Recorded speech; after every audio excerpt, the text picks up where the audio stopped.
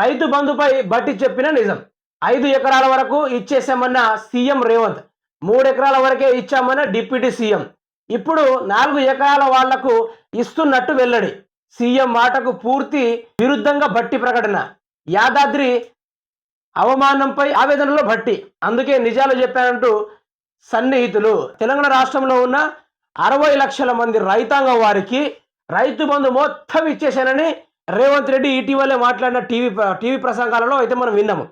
దానికి అనుగుణంగా ఇక బట్టి విక్రమార్కు దాని ఆపోజ్గా ఏమని మాట్లాడిండు? 3 ఎకరాల దాకానే ఇచ్చినాం, ఈసారి 4వ ఎకరానికి ఇస్తున్నామని ఈ విధంగా మాట్లాడడం జరిగింది. కానీ ఇదే వరకు చూసుకుంటే కొన్ని చోట్ల 2 ఎకరాల దాకా కూడా కొన్ని చోట్ల రైతు బంధు పడలేదు. పడకుండానే మేము అందరికి ఇచ్చేసినాం అని ఈయన చెప్పుడు.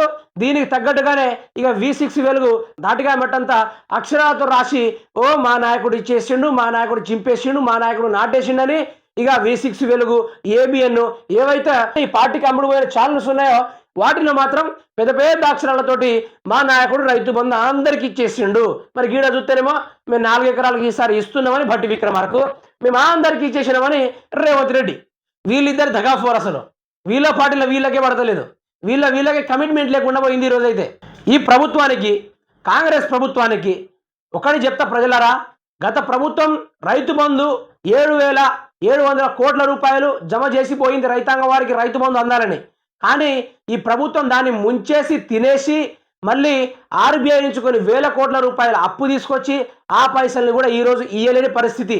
ఒక్కసారి రైతు బంధు ఇవ్వడానికే ఇన్ని కష్టాలు పడుతున్నాయి ప్రభుత్వము. ఇక సంవత్సరంలో 2 సార్లు ఏ విధంగా మనకు రైతు బంధు అందిస్తుంది? తెలంగాణ రాష్ట్ర ప్రజలకు ఎటువంటి రైతు బంధు అందిస్తుంది?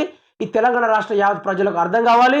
దయచేసి ప్రజలారా, కాంగ్రెస్ ప్రభుత్వం ఉన్నన్ని నాళ్ళు రైతులకు కంటతడి తప్ప మరొకటి మిగిలేది లేదన్నట్టుగా తెలంగాణ రాష్ట్ర రైతాంగం వారే చెప్తున్నారు.